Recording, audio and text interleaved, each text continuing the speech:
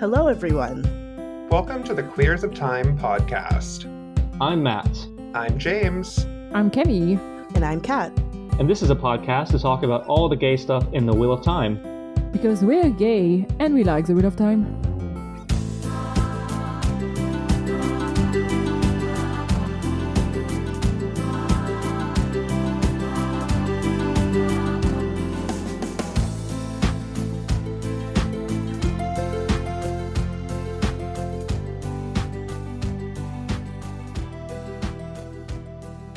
And as always, thank you to Lurks, our feral venator of Serene.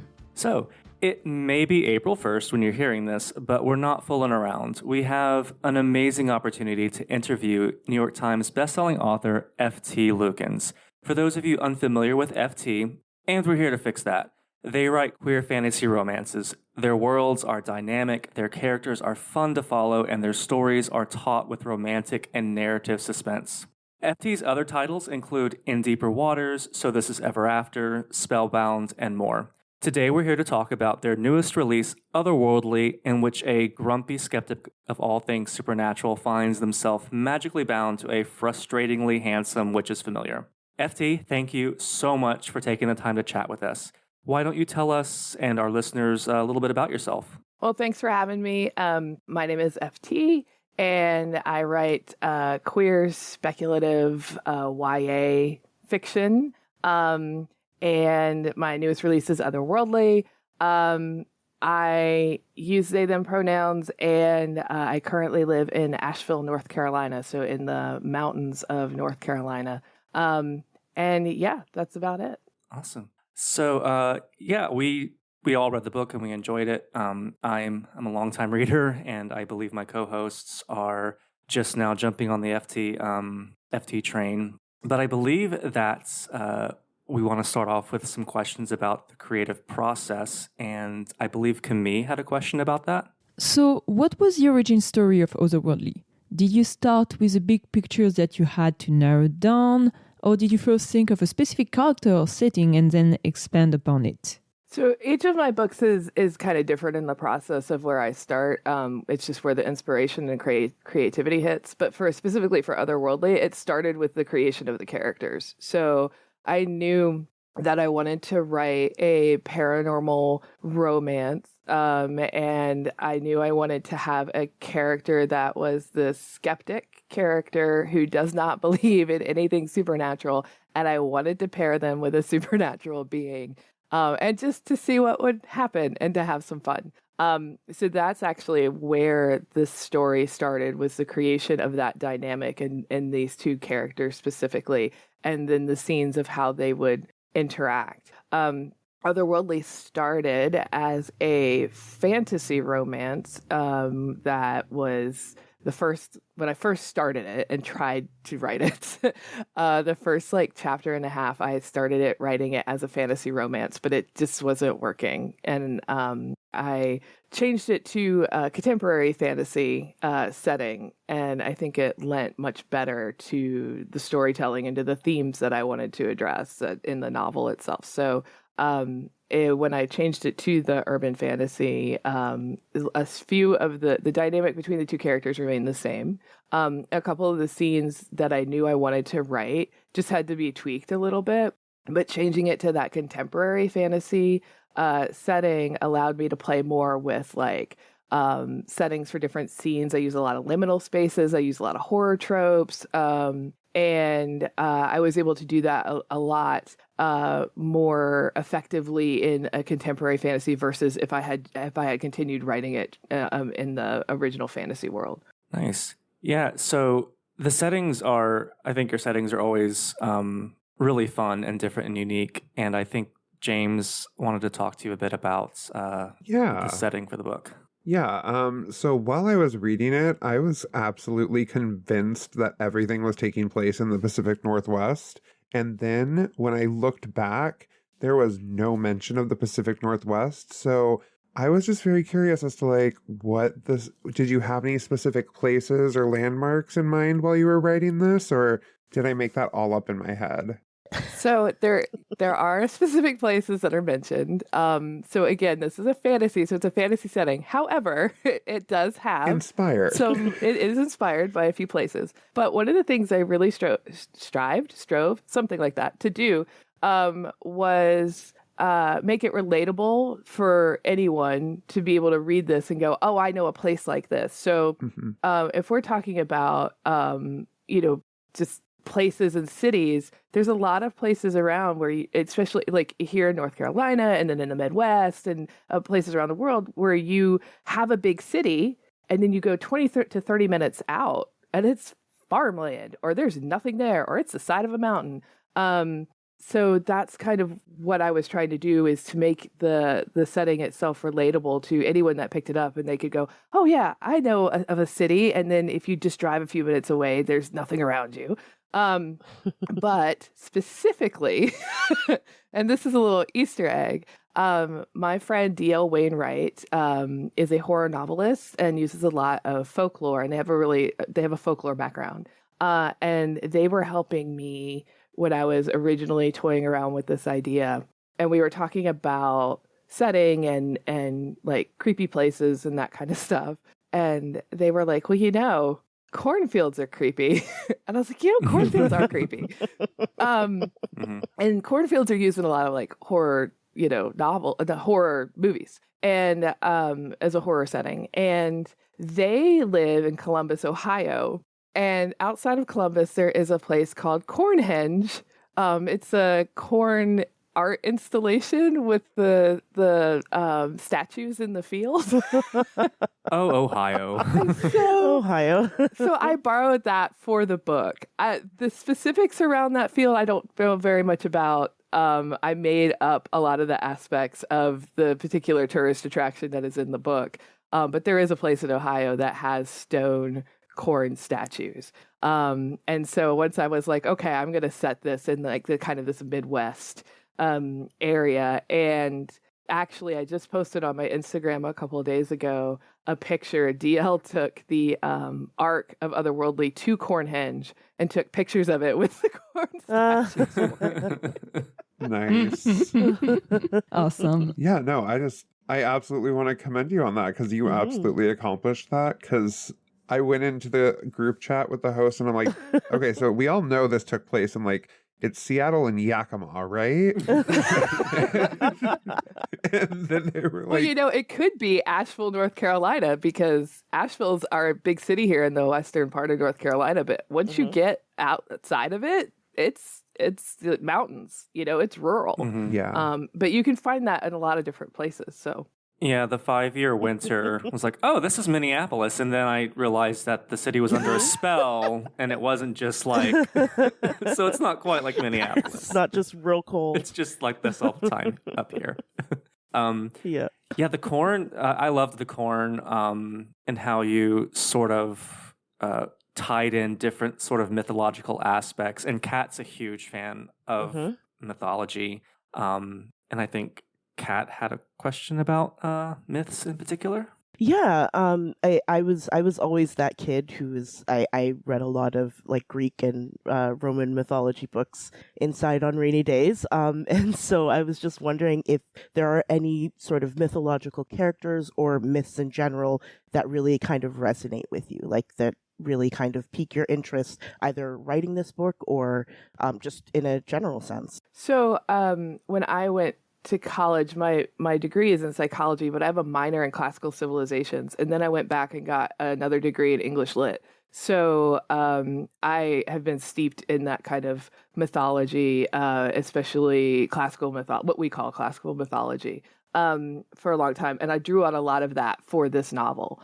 And just put like my own little twists on things, but I also used a lot of folklore with like I mentioned earlier, DL, and used a lot of folklore influences too. I don't want to say the specific myth that will come to mind to folks in the third act of this, because I don't want to spoil it, because it's not mentioned in any of the marketing and stuff yet, I don't think. So,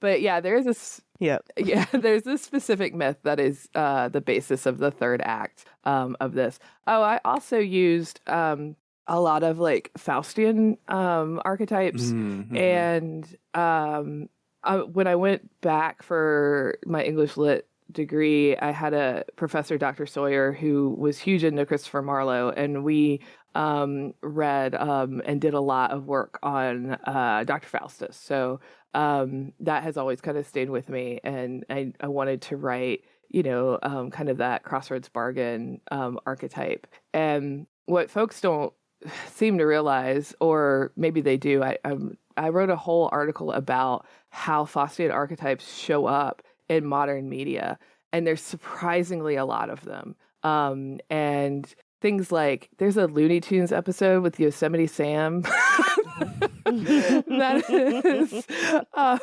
based on a crossroads bargain, is based on Faust. And there's a video game, Cuphead, is based, has Faustian archetypes and stuff in it. So it shows up everywhere. And it's actually shown up quite a bit in YA books recently. The Wicked Bargain by Gabe Cole-Navoa is about a bargain. And there's been a couple others that have come out recently. So it's seeing a little bit of a resurgence, which is cool, because I think it's a cool story to draw from. Yeah, I tried reading Goethe's Faust, and yours is better. Well, I haven't even attempted that. I've only done Marlowe's, so I should try Marlowe next. And then read. Oh boy. I had a question about that third act myth, but I'm going to skip it. So I really love that you adapted Greek and Roman mythology for modern setting. You mentioned that third act myth, but we also got to read about different gods, with the three major gods of the sky, the ocean, the otherworld. We also saw some minor gods.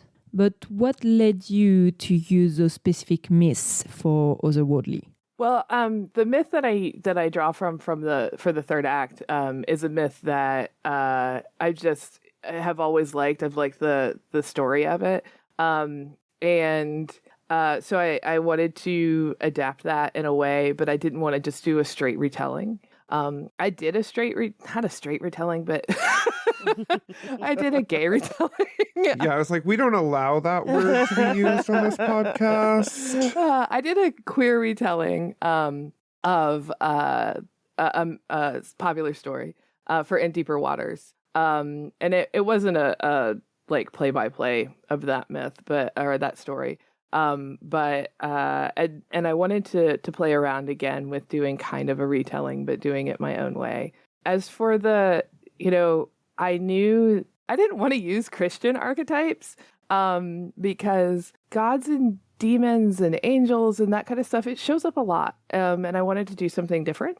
And so when I was thinking about the other world, that I wanted Nox to come from, I was like, well, how could I do this and spin this in a different way?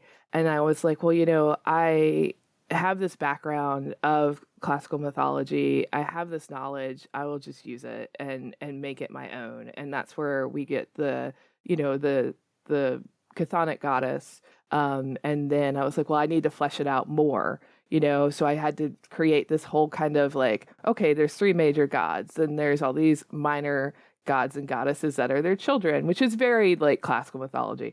But then there's also like their creations that they have made on their own. And that's a different type of supernatural being. And so, yeah, the beginning I was like, okay, I want this other world to be different.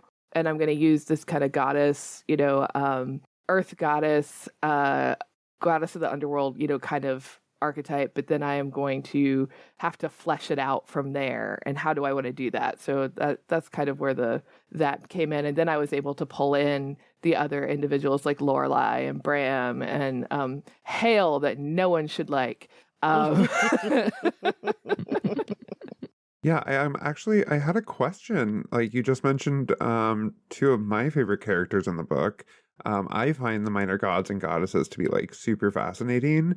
The two you just mentioned, Bram and Lorelei, they're like so full of personality in such different ways. And one question, I know Lorelei is like enjoys performing. Well, she has to.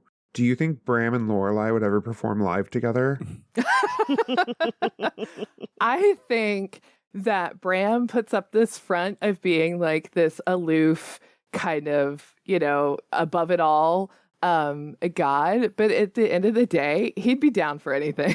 That's kind of the vibe I got. Like, we slowly see a little bit more of Bram. Not too much, but like, you can tell he would be down for fun, I think. I think that Charlie is going to be an excellent influence on Bram. Oh yeah, I think so. That's awesome. Yeah, I think so too. I'd like to pivot, speaking of characters, just about, characters in general. So I loved Tal and Athlin from In Deeper Waters, and I loved your take on the hero's journey with Auric and Matt, different Matt from me. And so this is Happily Ever After. And I also, I have a Rainbow Crate subscription, and I got the rules and regulations for mediating myths and magic, and fell in love with Bridger and Leo. So my question... Wow, you're going into the vault. I loved that one so much, and I read Monster of the Week after that, and I loved it too. But after reading like all these stories, Ellery and Knox still felt so fresh to me as a pairing.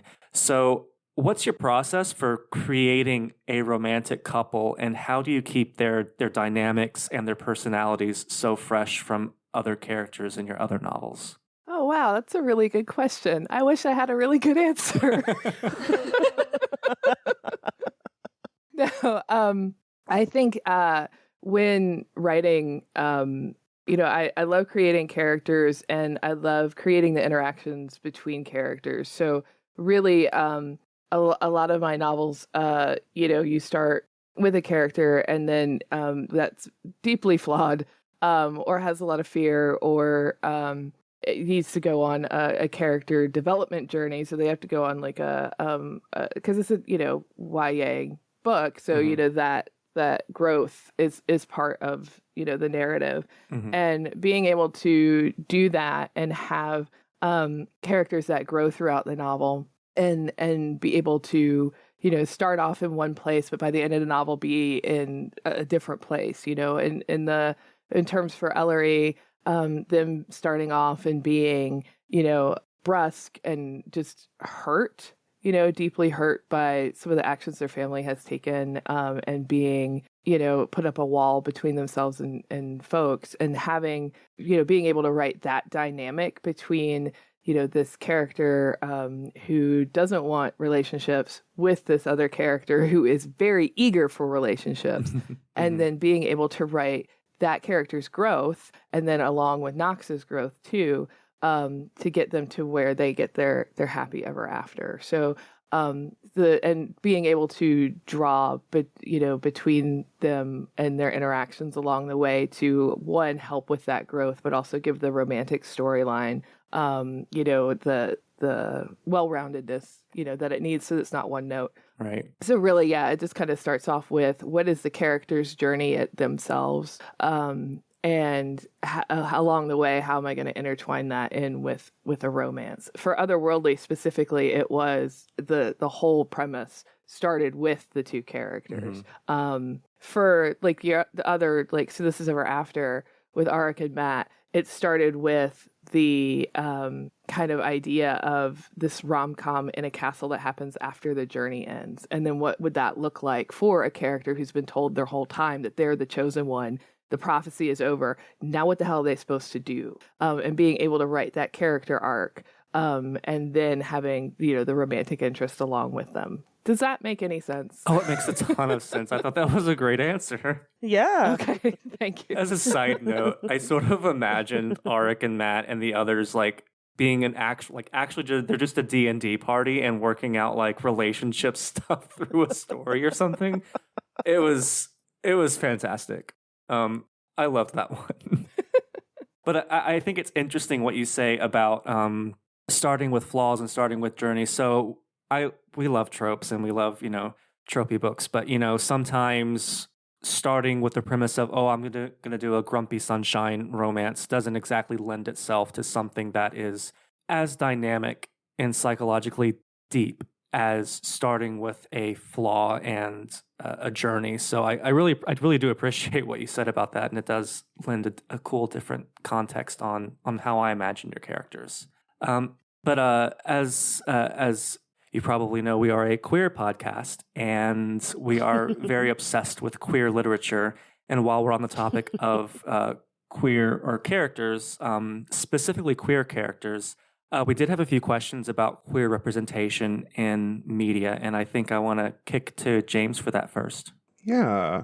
Alrighty here. So one of my favorite things in the book is that there's no mention of sexuality. Like there's the wonder of whether or not Knox and Ellery were mutually attracted to each other. But there's no mention of someone, are they gay? Are they bi? Are they pan? Like, are they even interested? And I think I might know the answer to this, but was that intentional on your part? And what were the reasons for that? Yes, very intentional. I like to write queer normative worlds. I grew up reading fantasy. It was what I was steeped in nerd culture from a very early age. And one of the things that I wish that I could go back to teen FT and hand them a book that has the representation that would have helped me along the way back then. So. I think that there's room on the shelves for all kind of different queer narratives. So the coming out stories, the contemporary stories, the all of that. But specifically as an author, I am writing queer fantasy for the queer nerds and fantasy geeks that want that representation. So I'm writing for that specific audience, but I'm also writing for adults who love fantasy but didn't get that representation when they were growing up and reading books or experiencing media. So yeah, that was a very intentional choice, and it's an intentional choice as me as an author that I want to write queer normative worlds and queer happy ever afters. Yeah, no, I think it was very well accomplished, and I very much appreciate it as an adult that obviously did not have that growing up. It was just really refreshing and very much appreciated. Well, thank you. And yeah, we're a podcast with a lot of non-binary and agender people, and we didn't grow up with a lot of that. We didn't grow up with a lot of queer representation, let alone non-binary representation. How does it feel to be able to write those non-binary characters and have them be part of this growth of queer literature, especially for teenagers and young adults? So it's a privilege to be able to do so, and I recognize that it is a privilege, and that a lot of people came before me that have written queer literature and done queer media and those kinds of things to be able to where we're at a point where we can write non-binary characters or characters with different pronouns and trans characters and it be published. I mean, honestly. And it's not been that long that non-binary rep has been available in media. One of the first books that came out was Mason Deaver's I Wish You All the Best, which is a contemporary novel. And I know that the movie has just started screening. So that was one of the first times that, one of the first big non-binary books that had non-binary leads. So it's only been in the past couple of years that we've the rep of different queer experiences has been able to be published and be out there. So things like we talked about non-binary, but Arrow Ace or different trans stories like Cemetery Boys or Camilla Cole just wrote So Let Them Burn, which is a Jamaican Joan of Arc with Dragons book that has a she's gonna kill me demisexual character. So it's a privilege to be able to and I've lost it. Oh, Camille just had the copy of that book out, and I was like, I just added it to my cart. So Yeah, I literally just added it not too long ago. It's an amazing book. It's really awesome. But to build, that's what I was looking for. It's a privilege to be able to build on folks that have written queer stories and then be able to expand on those things and be able to bring in more queer experiences. So I am extremely grateful to be able to write non-binary leads. I did in Spellbound, and now I get to do so in Otherworldly, and have them be main characters and have agency and be the driving force of the narrative, and not have to be a background character or be an alien, which is a lot of the representation that we got previously. Or a robot or something. Or a robot, exactly. Yeah. so real. And when you traumatize them, it doesn't have to be based on their gender identity. Look at that. It's fine. Hey, it works out in the end. Happy ever after. Yeah, exactly. No, I think it actually is fantastic. Like you said, we need stories where their trauma is based on these things because we deal with it in real life, but where they overcome it. But it's also important to have characters whose growth and whose arcs are not connected with sexuality, with gender identity, because that's also important. And it's important for young people reading these books to see that it's not just like you will struggle in life because that's what life is, but it's not just going to be about that, and it can be more and beyond, and that aspect of your life can be beautiful, and it should be. So I just love how how you write that. So basically, still on the topic of characters, I think we all found Arabelle to be a really fascinating one, but I think James was the most fascinated. I didn't think they want to talk about Arabelle a bit. I love Arabelle, and because she is a woman, from my reading, she is a woman that wants access to magic to gain immortality, but she wants it for something. And the nice thing is she's not willing to take advantage of Nox for it. Their relationship is fairly cordial. It's obviously transactional in a way, but I can't think of another story where someone got a familiar and then treated them like a person.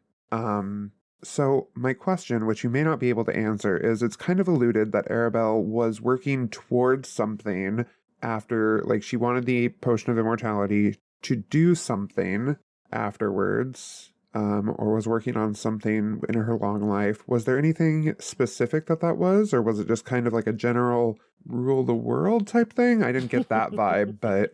No, I think Arabelle's motivation was power, and wanted to show her group of friends, her coven, that there was real power out there in magic, and she wanted to be able to have a life and be able to go out and experience things, and not have to worry about the things that we worry about in life, and Right. Money and jobs.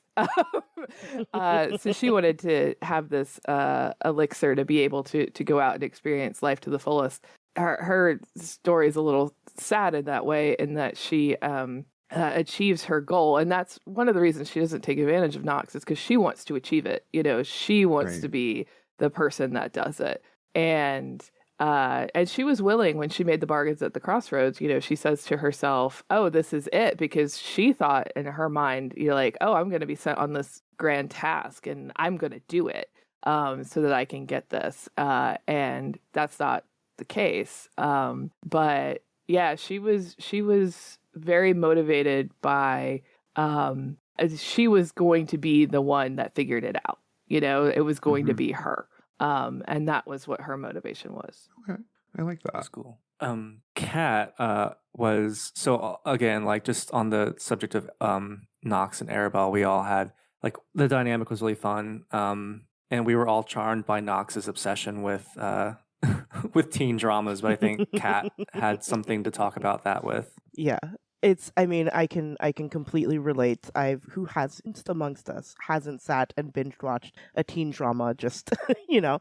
And so I wanted to ask if Knox had access to the shows that we have access to here in our world, what would be his top, say, 2 or 3 teen drama shows? Or if there were any that you had in mind.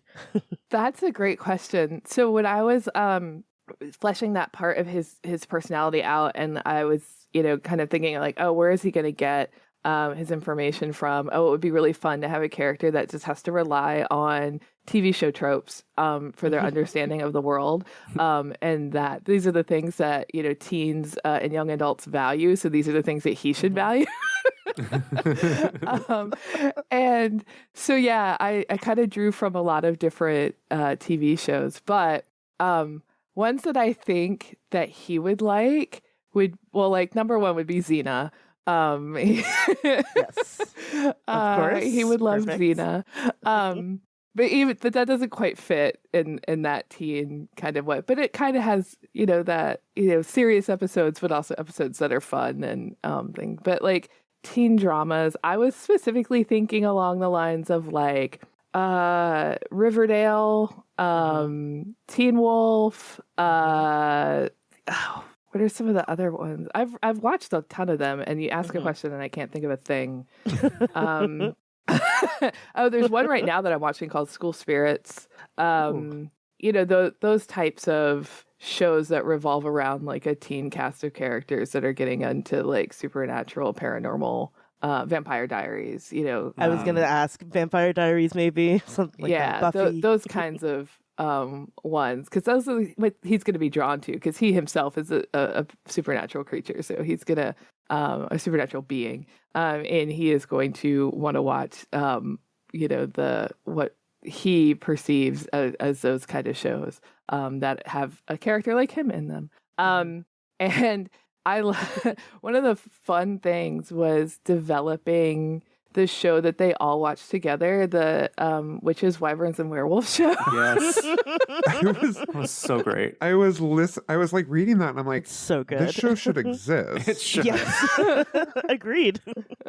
So I have a fun, I don't know if I can say this or not, but I got to do something fun with that. And it should be, it will be revealed at a later time. Nice. Okay. Exciting. Awesome. That is exciting. So it seems like you have a lot of fun, which, writing should be fun. It's a process that I enjoy and I know a lot of writers enjoy. But what was the most fun aspect of this particular story for you? Like what just like really got you in writing this? The most fun was any scene that Charlie was in. Yep, that tracks. I love Charlie. Charlie is great. Yeah, because I was just able to, have this character come in and just say whatever is on the top of her head. And it could just, talk in memes a little bit, and also be able to, have those kind of tender moments with their cousin, but also just, be off the wall, and have the confidence to do that. Like Charlie has no self-consciousness about her. She's what you see is what you get. I love her. Writing the scenes with her was so fun. Yeah, I personally loved like looking at the back of the book and seeing Charlie and Zada and Lorelai, and that was just lovely because I had my mental. Bram's on the back too. Bram? Mm-hmm. Oh, there he is. Yeah. I was like, no, yes. Got it. Here we go. But yeah, no, and I know that specific scene, and it's a very sweet moment. Like anything with Charlie and Zada. They're so cute. I don't really have, that's not really a question. It's just, I love their relationship and their familial bond that they have with Ellery and Knox. I almost want to ask, like, how did you create Zada? But then I realized that you couldn't create anybody else to contain the force that is Charlie, and to the extent that Charlie can be contained.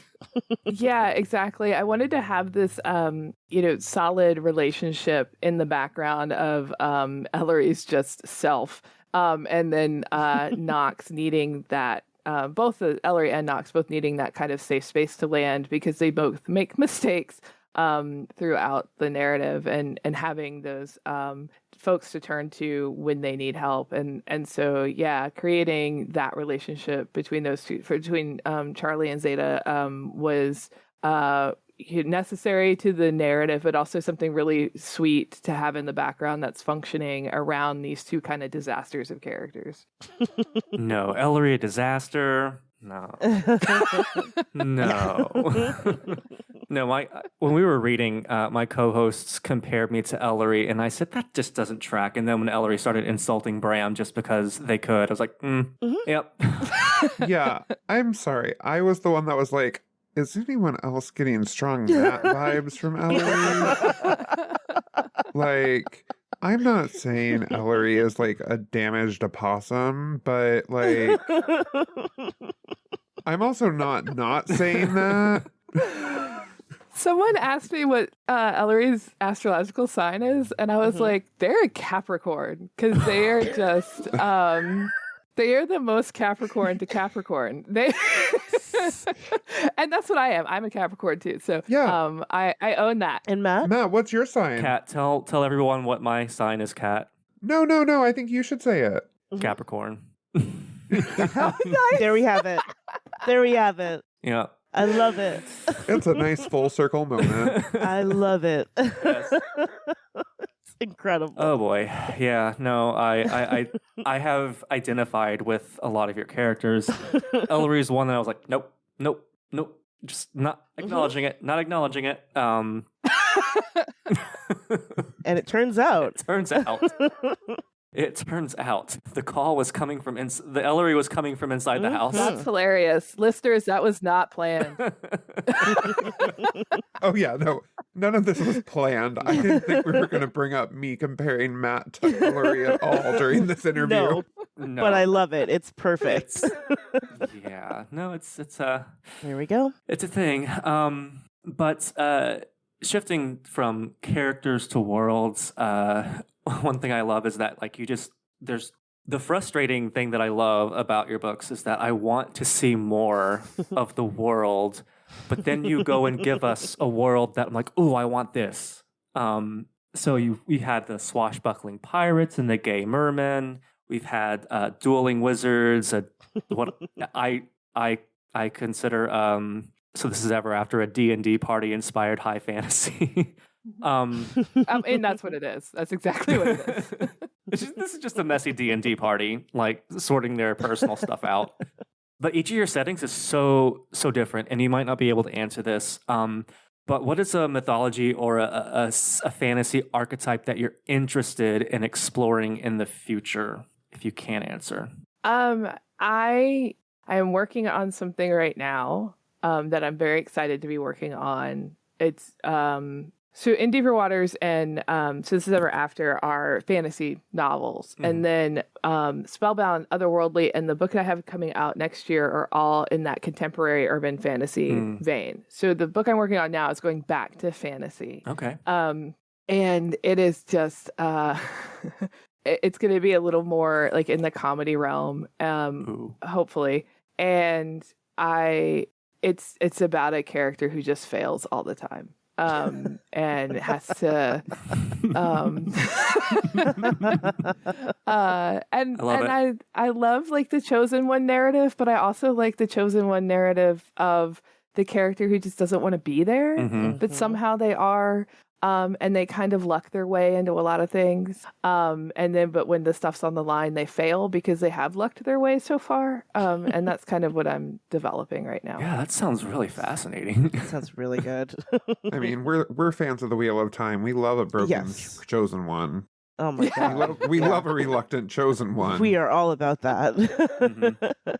Or a chosen one who's not even aware that they're a chosen one. Yeah.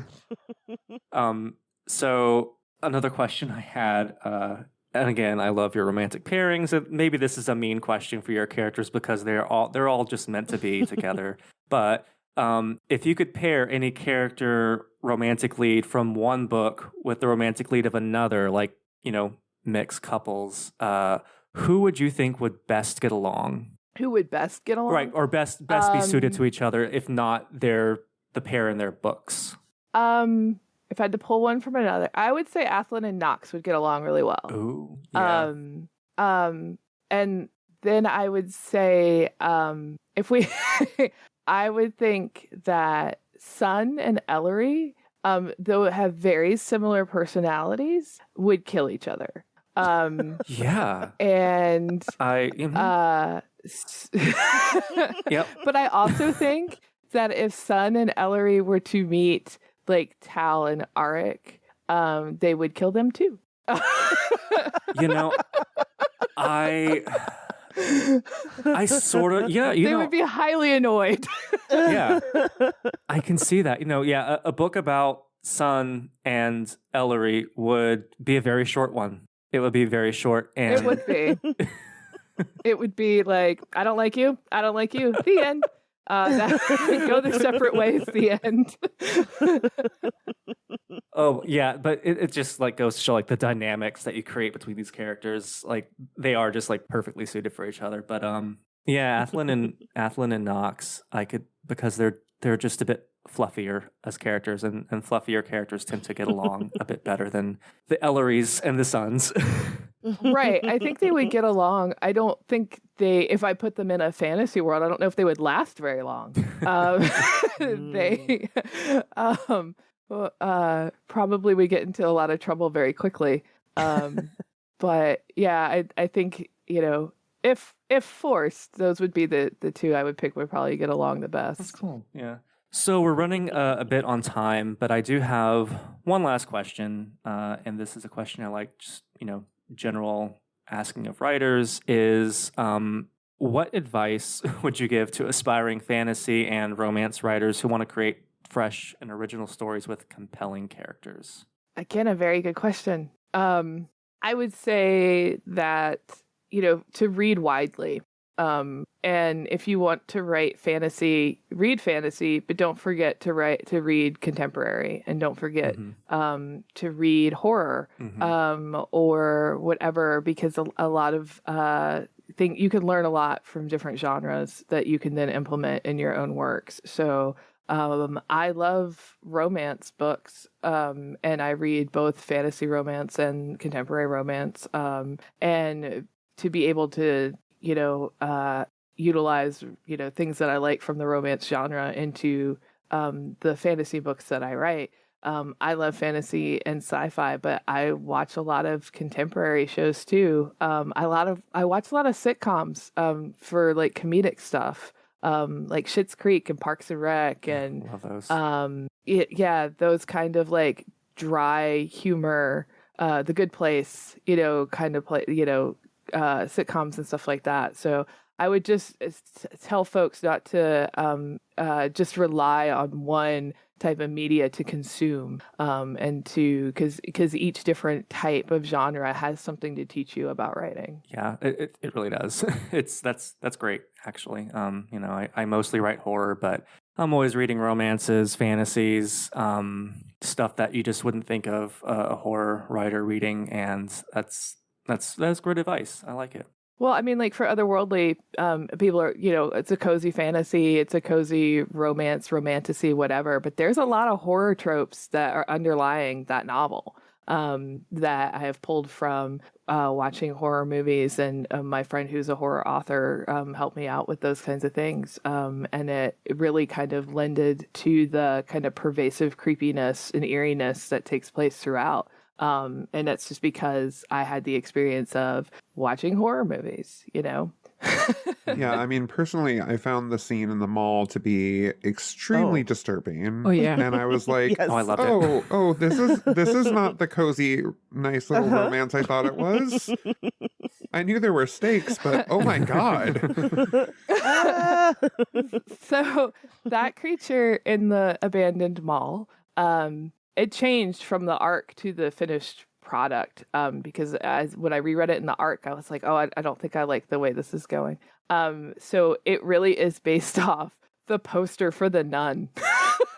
Oh, nice. Noted. Like, which version did I read? Did I read the Okay. ARC? The ARC was the ebook, so I'm No, like... I think you guys have the finished. Yeah, we have the Um, finished one. Okay. Okay. Yeah, we got the finished one. Yeah, because it wasn't described quite that way. I was not just happy with the way it was coming across. So that people always ask, like, what has changed from the ARC to the finished product? And for this particular novel, it's that just the description of that supernatural being became a little more detailed and became a little bit less of a particular supernatural, like, folklore creature, and more towards kind of like what we know in the modern horror of, like, those creepy, like The Ring, The Nun, Right. kind of modern horror. I love the horror elements. Yeah. That and Hail were both like, Oh my God. Yeah, Hale was creepy. Yeah, There's Hale. we don't like him. He doesn't go here. No, we don't like Hale. Talk about Hale. I didn't like writing Hale. You did a good job. I Thanks. truly hope people don't like Hail. Mhm. Right? That is Yeah. like Huge red flag. that's one of my. Please don't like Hale. Yeah. Like, please don't. Let's not fangirl over Hale. No. No. Yep. It's supposed to be despicable. Exactly. No, that's like there's a difference between like horror that's just, disgusting, like Hale's personality, and then horror that the weirdos like me, like there's a certain scene in a river in a certain place that I just loved Oh, that so yeah. much. That just tickled all my horror. So that Mm-hmm. scene was a late add in the plotting. When I got to that point, I was like, I've lost a little bit of the tension. And I was like, how can I make this a little scarier? And I was like, oh, I know what I'll do. I'll have them almost drown. Just a light drowning. Of course. As a treat. Yeah, just as a little treat. So, FT, before we wrap things up, is there anything that you would like to add? I just would like folks to know that Otherworldly is a little different from my previous works. It's a little weird, but I'm very happy with how weird it is. And I know that it's a privilege to be able to write a weird book and have it be able to go out into the world. So there are signed pre-orders available through the Malaprops bookstore in Asheville. So if anybody wants a signed or personalized copy, they can order it through Malaprops before release date, which is April 2nd. Because on April 2nd, I'll go there and sign and personalize, so just put in there like to whomever or, and Malaprops will then send them out. Awesome. Sounds great. Queers of Time, do we have anything? I think so. This was great. I was going to express genuine appreciation, but okay, I guess this has been a very fun. No, well, I mean, that goes without saying. Yeah. the things that go without saying are worth being said. Yes. Okay, well. But we really did I enjoy genuinely having you. appreciate. Yes. Yes. Well, thank you for having me. Yeah, so thank you so much for listening to this episode of Queers of Time. If you'd like to support us, we have a Patreon where we can, I don't know, what do we do on Patreon again, guys? We do things. Early released episode, some video recording for some people, We're pretty. and that's pretty much it. Okay, cool. Well, also making a podcast is expensive, so we appreciate Yes. any kind of support that you can give. We also have a Discord where we chat, and we'll be discussing this episode quite a bit. So Yeah. please feel free to join us there. It's queer, it's lovely, and we're all there. And Yeah. so that'll be awesome. All right. Thank you so much. Bye. Bye. Thank you all for listening. This was Queers of Time, a Wheel of Time podcast. The music is Dance of the Witches by Julius H.